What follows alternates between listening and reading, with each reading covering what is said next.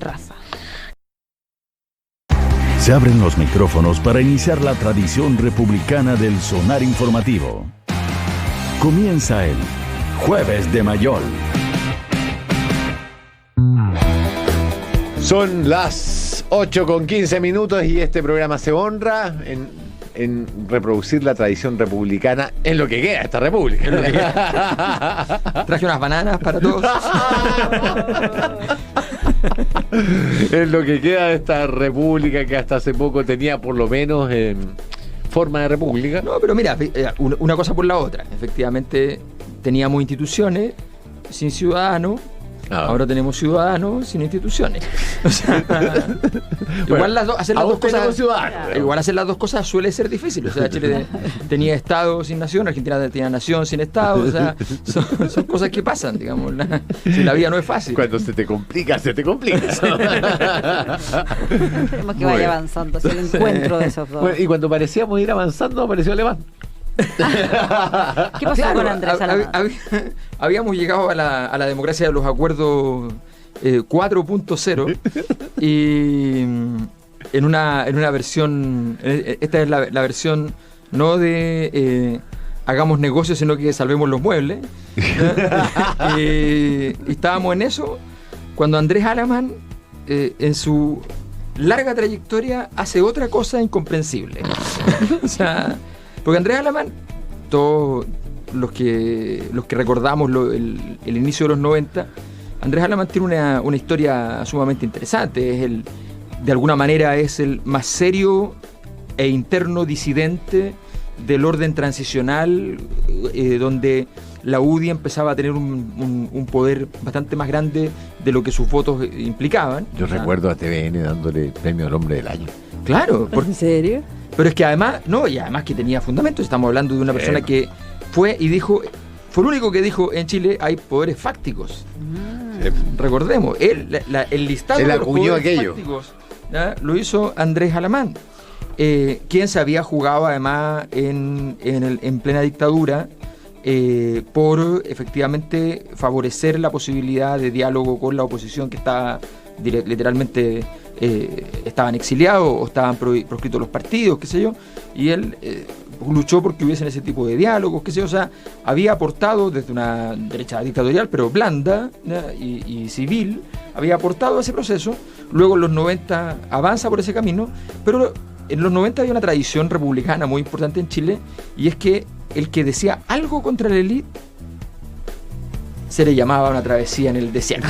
Lo agarraban los poderes fácticos para comprar un pasaje al desierto. Entonces le pasó a Francisco Javier Cuadra, que nadie lo puede acusar de estar demasiado lejos de los poderes fácticos. Claro. Pero se le ocurrió decir que había droga en el Congreso, ¿no?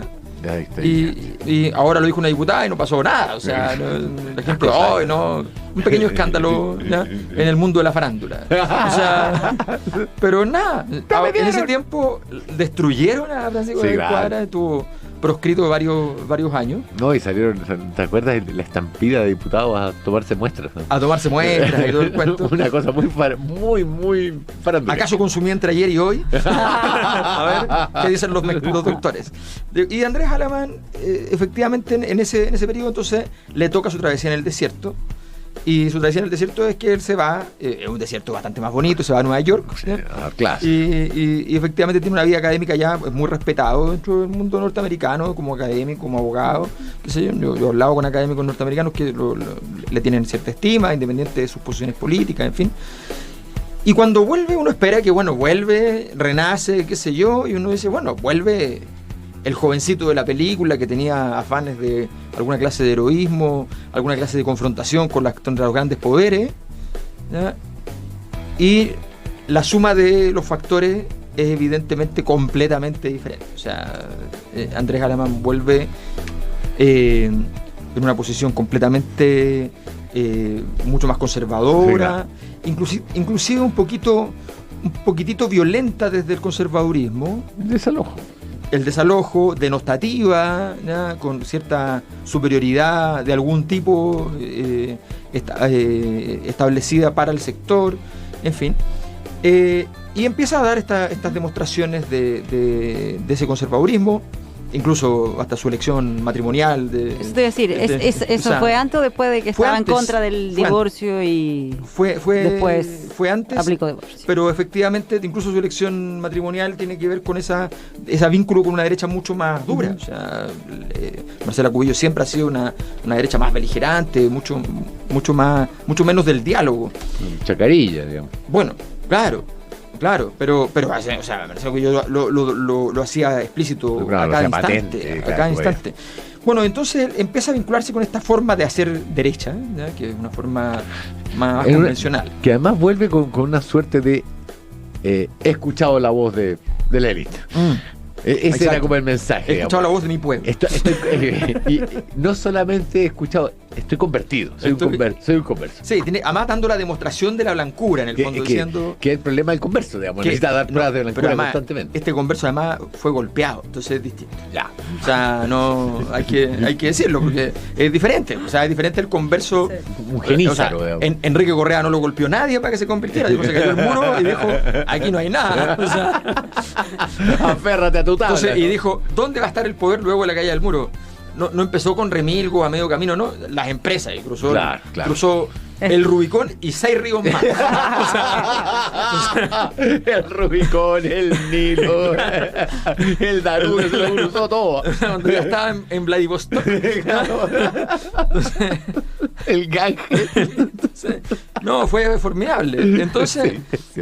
En ese contexto hay que entender también a Andrés Alamán en todo este contexto. Y en medio de ese contexto se convierte en candidato a las primarias presidenciales, tiene una derrota muy dolorosa, ¿no? Una derrota que supuestamente era una cosa ganada, qué sé yo, Longueira le gana, ni siquiera el que le gana va de candidato porque se cae, ni siquiera nadie piensa en subirlo a él, suben a una tercera. Ese fue el anus horribilis de la derecha. Sí. Cuando el único que ganó fue el que hacía la gigantografía. Nota al pie desde el punto de vista de la investigación social. En ese año, misteriosamente, se suspendieron todas las encuestas.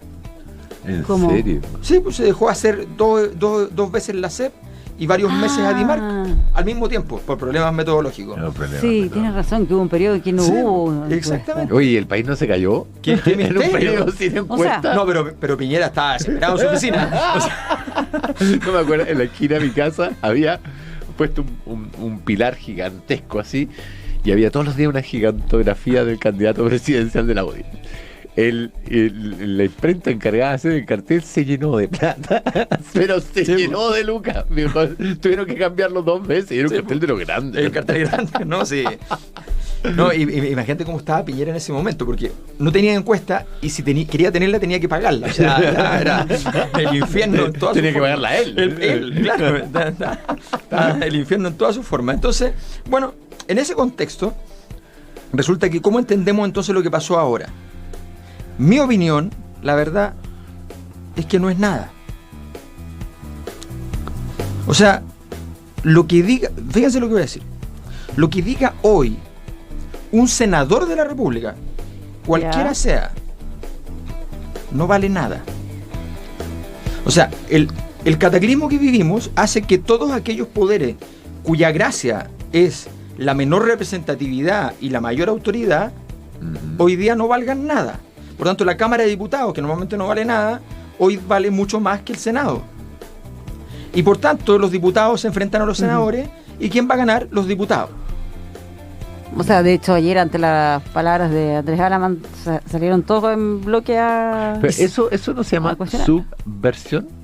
Cuando se subvierte, o sea, se da vuelta a algo. Exactamente. Habíamos hablado de la conversión, claro, y ahora hablamos de la subversión. Vamos a empezar a correr a entrar al café con cerdos. La palabra verso en origen significa huella, tiene que ver con el arado. Claro. Arar era hacer un verso, una línea divisoria entre una cosa y la otra, que en el fondo es lo mismo que conceptualizar y qué sé yo. Entonces, en el fondo, lo que está pasando con Andrés Alamán nos importa y a los medios les importa porque Andrés Alamán tiene una historia, una trayectoria que resuena, ¿ya?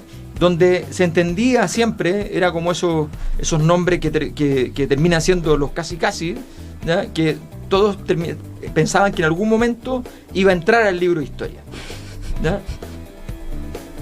Y no. Y no solo no entró, es que no va a entrar. Definitivo. Entonces hoy la bravata de Alamán tiene duración, qué sé yo, de días, ¿ya? Se desactiva rápidamente. Nada de lo que diga tiene ninguna importancia. O sea, lo mejor para él sería que no le hubiesen hecho caso, para que no sea evidente después de toda esta situación, pero no va a pasar nada de eso, no hay ninguna posibilidad. Mario Desbordes tiene más posibilidad de quedar en la historia. Mario Desbordes va derechito. Diputado, que es lo que acabas de decir. Exactamente. Diputado Los diputados, para bien o para mal, están siendo los protagonistas porque ellos están en la zona de fractura. Claro. ¿Ya? Los senadores no están en la zona de fractura. Están como 4 pisos más arriba. Exactamente. Y 7 ríos más allá. Están muy atrás. Claro. Están en la retaguardia del proceso. Los diputados están más obligados y los alcaldes están más obligados, sí, a estar cerca de la zona de fractura, pero los diputados tienen la combinación que los alcaldes no tienen, y por tanto la zona no se les puede desfondar el piso a ellos mismos, y es que los diputados son la combinación entre el voto de un segmento más reducido de territorio junto con la dinámica de los partidos.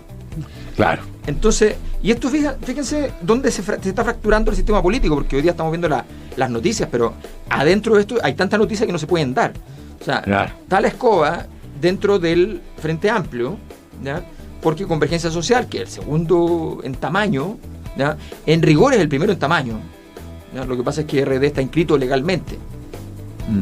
Pero lo que era el movimiento autonomista y después se convierte en Convergencia Social es más grande. Ya. Pero en cantidad de militantes, o sea, yo recorrí Chile, yo sabía en cada lugar cuánto había de cada uno. Ya. Pero no tienen certificado. Pero no tienen certificado porque son más desordenados. Entonces ahí en ese lugar está la zona de quiebre entre como el progresismo más liberal, RD, Partido Liberal y algunos grupos del Convergencia Social, y los sectores más radicalizados. Entonces, obviamente en esta situación donde el mundo se bifurca, se quiebran. Después del tema vamos a decir por qué se quiebra RN. Y yo te voy a decir qué tema vamos a poner. A ver. para que esté ad hoc con todo lo que has dicho. A ver. God Save the Queen. Sex Pistols.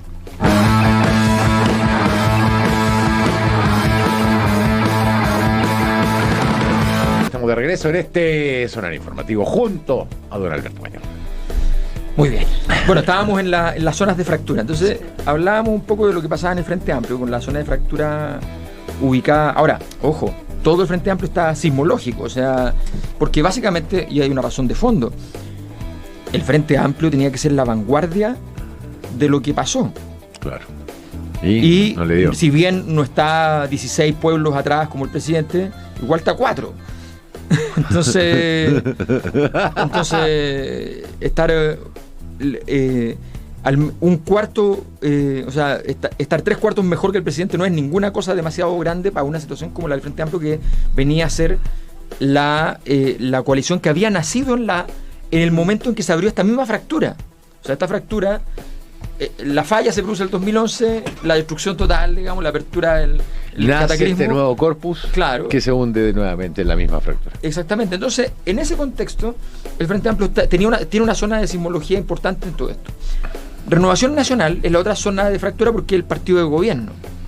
Ya. Entonces, el partido de gobierno obviamente concentra mucho la presión, y el partido de gobierno tiene que tomar decisiones. Y el presidente del partido de gobierno hizo lo correcto, que es tomar la decisión de que si el presidente es un incompetente para salir de la crisis, él no se va a comer la incompetencia del presidente para su partido. Es una cosa bastante lógica. Si además el presidente vale 9 puntos, ¿no? O sea, no te interesa, ¿no? Claro. Entonces, pero además porque finalmente él tiene un diagnóstico, y el diagnóstico que él tiene es radicalmente distinto al del presidente, y todo indica, desde el punto de vista así meramente darwinista, de que el que tiene la razón es Desbordes. Sí. ¿Ya? O sea, simplemente al que le funcionan las cosas hoy es a Desbordes, al que no le funcionan es a Piñera. Ergo, sí, el nicho ecológico dice Desbordes tiene la razón. ¿Ya? El presidente no se entera porque es como él cree que es su trabajo, pero esa es la situación. En la UDI obviamente hay una sismología más profunda que tiene que ver con una cosa histórica, y es que queda, de verdad, literalmente, hiciera lo que hiciera, este es un penal donde el arquero va a ir a contrapié. O sea, la UDI del arquero, y necesariamente va a ir para el otro lado. Porque si le dice que no al cambio constitucional, está fuera de juego. ¿Ah? Si dice que sí al cambio constitucional, está destruyéndose a sí misma, porque lo que tiene la UDI para mostrar en todo este proceso es que su fundador es el fundador del orden político existente, entre ellos lo más importante, la Constitución. Entonces, no tenía más juego, no tenía salida, y tiene que empezar a mirar cómo sus votos más duros se van con Kast y sus votos más blandos buscan otros destinos también dentro del sistema, o convierten a la UDI en un partido simpático. Nota al pie: dentro de la UDI hubo quienes tuvieron diagnósticos, habrá que hacer los homenajes correspondientes, que tuvieron diagnósticos respecto a este tipo de situaciones. Fíjense la profundidad de la problemática que planteó en su momento Pablo Longueira con una cosa que parece tan banal como los estacionamientos de los malls. O sea, Pablo Longueira se dio cuenta que en una sociedad de consumo donde la gente se integra vía consumo, uno no puede ponerle obstrucción a ir al templo. Claro, evidente. ¿Ya? Claro. Nota al pie: fue un factor muy importante para la crisis del judaísmo que termina en el cristianismo, la obstrucción económica para entrar al templo. ¿Ya? Por eso echa a patada a los mercaderes del templo. Exactamente. Cristo en su momento. Entonces dice, a ver, momento, tenemos que dejar que la gente vaya al mall porque ese es nuestro templo. Nuestra ágora. Bueno, y los otros dicen, no, pero vamos a hacer la ley, viene el lobby, qué sé yo, y el estacionamiento termina más caro. Claro, es que además ahí todos los soldados defensores del pueblo, como Moreira, ponte tú, traicionan a sus defendidos. Y a su ministro, que había tenido la idea. A lo único que no traicionan a su bolsillo. Entonces, la locura total. Bueno, entonces la UDI también tiene una zona de sismología importante, y los demás no están con tanta sismología, pero son irrelevantes. Ya, pero ¿qué puede generar este movimiento telúrico? A los que no se les mueve el piso, son irrelevantes. Sí, claro. Pero ¿qué puede generar este movimiento telúrico en el Frente Amplio? Lo digo por una entrevista que dio Miguel Crispi el fin de semana, donde decía, hay que reflexionar si en el Frente Amplio queremos ser parte del mismo domicilio político. Él toma algunas definiciones, dice, hay un sector del Frente Amplio que cree en una política más testimonial, que no es la que yo creo en mi partido. Tenemos que cambiar las cosas. Eso no se hace solo con el testimonio, sino que también estando disponible a conversar con otros actores políticos y a transar ciertas cosas para poder avanzar. Claro, lo que pasa es que es que todo está en el origen aquí, ¿sí? Esto es bien divertido porque en el Frente Amplio hay un cierto grupo donde Crispi es uno principal, ¿ya? Que tiene un diseño original y la vida no les regaló que el diseño original se cumpliera, y nunca se han operado de realidad y siguen creyendo que tienen que lograr el diseño original. ¿Cuál es el diseño original? Que el Frente Amplio estuviera gobernado por un conjunto de agrupaciones que venían del movimiento estudiantil y nada más, con las cuales había una confianza férrea, ¿ya? Y que todo lo demás se sometiera al hecho de que finalmente este era un espacio donde iban a poder conseguir tener algunas candidaturas y qué sé yo, y ellos y todos estos sectores de izquierda y sectores progresistas fuera de la nueva mayoría se sumaran en votación, pero no en acción política. O sea, no querían que, para decirlo en simple, no querían que estuviera adentro igualdad, no querían que estuviera adentro los ecologistas, no querían que estuvieran dentro, o sea, querían que esto fuera el lote estudiantil. Después dicen ya, los liberales, ok, tampoco querían que estuviera el Partido Humanista, no era parte del plan. Ya, del diseño. El diseño era, esto es un bloque queremos estudiantil. Tus votos, pero no tu participación. Exactamente. Entonces, que lo suelen decir, lo suelen decir hasta en actas oficiales, o sea, tomamos esta decisión, consideramos que ustedes pueden seguir participando con nosotros, qué sé yo, pero no queremos que estén aquí, en esta parte donde se toman las decisiones. Ya. Porque son muy sucias y cochinas y no hay para qué compartirlas. Entonces, no, eso es parte de la cultura original. Entonces, lo que está diciendo es, ven, teníamos razón, no se puede. ¿Ya? Entonces, aquí hay gente que tiene que irse, y nosotros podemos darle un espacio en tanto movimiento, en tanto una serie de cosas, podemos darles candidatura, pero dar, ¿ya? Ofrendar. Claro. Entonces, ese es lo que pasa, que hay un diseño original que nunca funcionó porque entró más gente que dijo, oye, me interesa este domicilio político y ¿por qué me vas a decir que no si pensamos más o menos lo mismo? Claro, ¿ya? Pero esas definiciones, ¿tú crees que ahora se van a tomar? ¿Que va a generar o esto va a seguir tal cual? Va a tratar de seguir siendo amplio el Frente Amplio. No, pero están teniendo suerte. Hay varios que se están a punto de ir, que creo que es un error enorme, o sea, una tontería, pero bueno, pero hay muchos que están a punto de irse. O sea, como que se va a producir de manera natural. Se va a producir de manera natural porque hay mucha gente que considera que en política si los ofenden deben irse. Si tú en política te ofenden, te tendrías que ir todos los días, o sea, no, Claro. pero la verdad es que es lo normal. Las discusiones son parte de... O sea, los enemigos externos son gente bastante hostil, los enemigos internos son los de los que tienes que preocuparte. O sea, en política es así, desgraciadamente, qué sé yo, y es parte de... No olvidemos la frase de Churchill que decía: yo siempre aprendí que en política había que traer algunos enemigos para poder trabajar tranquilo, ¿ya? Pero parece que se me pasó la mano. Y en todos estos estertores post-acuerdo, ¿cómo queda el Partido Comunista? Mal. De hecho, gran parte de lo que hablábamos la semana pasada es que el problema para el acuerdo, la situación ideal para el acuerdo, estos son los absurdos, que por tratar de hacer un acuerdo más transversal, intentaron que, como fuese que estuviera la UDI, cuando si no estaba, como dijimos la semana pasada, si no estaba ni la UDI ni el PC, que el PC ya estaba claro que no iba a entrar, era el mejor de los mundos para el acuerdo. Nadie iba a reclamar contra un acuerdo que excluía a la UDI y al PC. Claro. Toda la gente iba a decir, debe ser un buen acuerdo. Claro. ¿Ya? Pero si está la UDI y no está el PC, la gente de izquierda se te empieza a desarmar. Claro. Empieza a haber sospecha. Entonces, ese escenario era el mejor. O entraban los dos, que no era posible, o no entraba ninguno. Pero quienes buscaron el acuerdo buscaron que efectivamente y lucharon para que estuviera la UDI, se equivocaron en términos estratégicos, y sencillamente lo que pasó fue que efectivamente esto empieza a tener problemas. Ahora, yo puedo garantizar, o sea, para mí es bien evidente que no hay ninguna posibilidad de que este acuerdo se cumpla tal como está escrito. Ya. O sea, Hay hartas cosas que todavía no están escritas. hasta el punto 4, la primera línea del punto 4, nada más que la primera línea del punto 4, se va a cumplir eso. De ahí para adelante, yo estoy seguro que va a cambiar probablemente en parte o todo lo que viene después. O sea, las formas de selección de los constituyentes, la estructura del hemiciclo constituyente, o sea, todo eso va a cambiar. No va, porque no va a pasar el corte, ¿ya?, de la legitimidad, que es lo más importante que está haciendo este proceso. Este proceso tiene que venir a llenar el vasito de legitimidad del sistema político. Si no lo llena, no sirve. Y si no sirve, no solo no llena y hay un problema para el sistema político, no. Si no sirve, gastaste un recurso súper importante. Claro.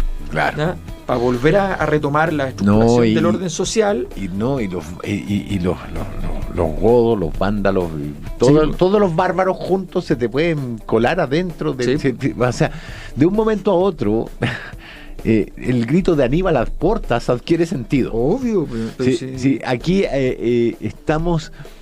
Ya no estamos hablando de arquetipos teóricos. Tenéis gente en Plaza Italia que si un día se te chorea puede caminar hasta la Moneda y bloquearte todo Santiago de nuevo. Entonces, sí, hay que llenar el vasito de la legitimidad, pero hay que hacerlo sin mucho margen de error. Claro. Ahora, ¿para eso, qué lado se va a modificar el acuerdo? Es lo que a mí me complica. No, se va a modificar siempre hacia... O sea, no hay ninguna posibilidad de hacerlo menos democrático. Se va a hacer siempre más democrático. Ya. O sea, por ejemplo, ¿cuál es la escena que legitima todo esto?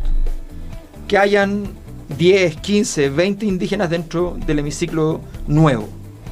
Que hayan paridad de mujeres. Sí.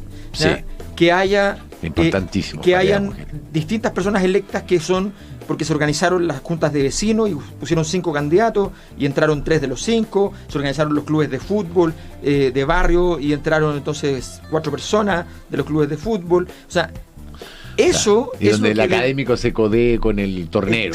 Exactamente, eso es lo que le va a dar legitimidad. Cuando tú estableces el sistema electoral que funciona en régimen, lo que estás diciendo es que un independiente, esto es lo que estás diciendo para que entendamos, un independiente va de candidato, por ejemplo, en el distrito que estamos acá, ¿ya?, y tiene que ganarle, para poder entrar, a la lista de 9 candidatos. Claro. A la suma de los 9.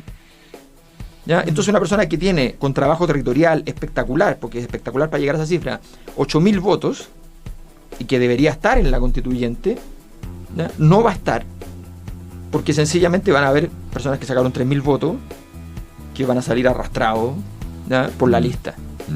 O sea, ¿quién fue el que me dijo lo de la lista de independientes? Tiene que... No, es que la lista de independientes es imposible, porque la lista de independientes, por eso hay que... esto no se puede reformar haciendo enjuague. Va a tener que ser así, el que saca más votos. Claro. Pero ¿sabes por qué? Porque Directo. adentro, el sistema electoral establece que adentro hay subpacto, que son los partidos. Entonces, si tú vas con distintos partidos, significa un subpacto.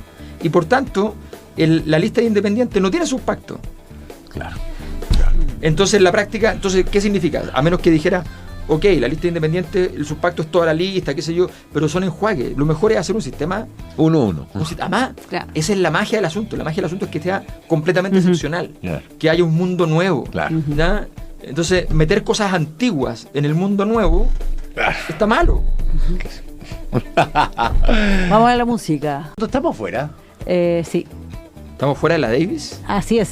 Comienza el comentario deportivo de este jueves con Alberto Mayol. Alberto, bienvenido. Sí. Oye, ¿Qué pasa en Copa Davis? Para empezar, le está Dime, cubriendo la mira. espalda a Pérez Tuesto. O sea, a ver, empecemos a asumir las cosas como son. O sea, este nuevo Chile no va a ganar la Copa América, no va a ir al Mundial, no va a ganar la Copa Davis. ¿No? Ya, o sea, Copa Davis Perdimos la confianza. ya hay que asumir porque perdió Jarry. Ya viene Cristian Garín para emparejar la serie. No, pero ya está eliminado Chile, entiendo Sí, yo, ¿no? claro, si no, si ya está. Sí, O sea, los partidos se van a jugar, va a jugar Garín. Va a jugar, claro. Sí, por lo que estoy viendo. sí. Pero según entiendo, después Sí. de la derrota de Jarry, ya dice, acá estoy leyendo, matemáticamente eliminado de la Sí, Copa Davis. Sí, no, sí. Ya, estamos fuera. Es curioso porque contrasta totalmente con lo que había anunciado Ignacio Pérez Tuesto. Es que la predicción inversa es el negocio de Verdad, Pérez Tuesto. verdad. No, lo que pasa es que Debería haber apostado el- inmediatamente. Sí, dale, Fran. el equipo chileno es un equipo que depende mucho de las condiciones con que lleguen el día y esas cosas. No es un equipo así que uno diga, no, este es un equipo que es robusto, que es fuerte. Le han ganado a los rivales que enfrentaron, pero también han perdido muchas veces. O sea, entonces Garín decía, la última vez le gané a Schwarzman, pero las 7 anteriores. O sea, entonces hay que tener en cuenta que son rivales consistentes. y además son rivales, le tocaron a Chile, y rivales súper difíciles, y ahí andamos con cosas. O sea, en este tipo de superficie, con Argentina, con Alemania, Sí. tienen más que ganar. Si hubiera sido Arcilla, yo. Claro, ahí es distinto. Y hay que decirlo, por ejemplo, lo que recordemos el famosísimo entrenador que formó desde la infancia Nick Bollettieri al Chino Ríos. Cuando vino a Chile le preguntaron por Jarry y dijo, no, la verdad es que no, o sea, lo he visto, no sé, no tengo demasiado antecedentes, pero la verdad es que no es un jugador de elite. Así en la como- violenta. Entonces, y Garín Garín es bueno, pero no entiendo cómo se puede, por qué viaja a Chile, porque en ese momento estaba viajando a Chile como a descansar unos días. ¿Por qué viaja a Chile si tiene que jugar la próxima semana en no sé dónde? ¿Por qué se pega un viaje de 12 horas, 15 horas? ¿Ya? Y después tiene que pegarse el viaje de vuelta para ir a jugar un torneo una semana después. Uno no puede venir a ver la familia, esto no es un deporte para eso. O sea, Es el nivel de exigencia. claro, entonces la verdad es que o sea, estamos en una generación muy buena porque veníamos de un momento de un poquito de hambre largo, pero está bien, pero no es más que eso. Veamos la imagen de Garín al lado del otro tenista, es como Alexis con los rivales. Gigante la lema. Entonces, Ya, pero vamos por lo menos para que Chile gane un set.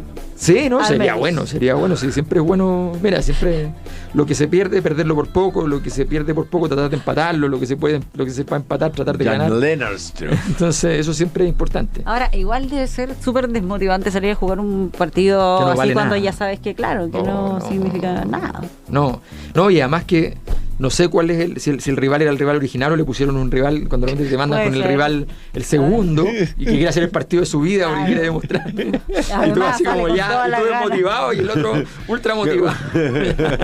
Está caminando, está trotando alrededor de la cancha. Qué odioso. Es muy odioso. Uno está como todo desanimado y el otro así está Voy a demostrar precalentando. que soy el mejor. Sí, bueno. esa cuestión es muy fuerte. Yo tenía, cuando jugaba en un equipo, teníamos un arquero que era así de motivado, ¿ya? Y estaba todo el rato hiper entrenando antes y haciendo unos piques a una velocidad increíble, y los rivales quedaban así ya deprimidos. Era como Mira, va a jugar contra Jan Lennartström, que entiendo es 36 Bueno. en el ranking. Por eso son partidos súper difíciles, son partidos con gente que está en un ranking que es bastante decente, o sea, un 36 Sí, claro. efectivamente es de segundo orden, pero muy bien. Bueno, veremos qué pasa ahí en la Copa Davis. Oye, el fútbol no va, Eso ¿no? te iba a preguntar. O sea, ¿va o no va? O sea, Macul dicen que no va. Pero aún no está... No está 100% confirmado. definitivo. No, pero yo creo que cuando ya se da una señal, o sea, si alguien, es que esta cosa es muy delicada. Si alguien dice que no va, es muy difícil que vaya. Si alguien cualquiera, sea la persona que administra el club, sea la persona que juega a la pelota, o sea la autoridad política responsable de la municipalidad o de la intendencia, cualquiera que diga que hay una posibilidad de que no se juegue, lo normal es que no se juegue porque ya la señal está dada de que no están las condiciones. Claro, el alcalde de Macul, Gonzalo Sí, pues. Montoya, dijo las condiciones aún no están para que se juegue el partido el sábado entre Colo-Colo y Coquimbo, que se corrió para las 11 de la mañana. Yo creo que mató el partido con eso. No sé si quería hacerlo o no quería hacerlo, si prefería que no ocurriera, capaz que sí, pero lo mató. O sea, no hay posibilidad de jugar cuando el alcalde dice... ¿Y la posibilidad de jugarlo sin público? Sí, puede ser, eso puede ser, pero yo creo que eso es una derrota demasiado grande para... Ahora, claro, finalmente la tele está pidiendo Claro, con lo ansia transmite igual. y no hay momento más importante para pasar los goles que en este instante, que retomar los 20 minutos correspondientes de noticiario. O sea, Pero a mí de verdad, o sea, yo no sé si sea una buena idea generar eventos de alta convocatoria por estos días. sí, yo creo que todavía... Ese es el punto. No tiene que ver con fútbol esto al final del día.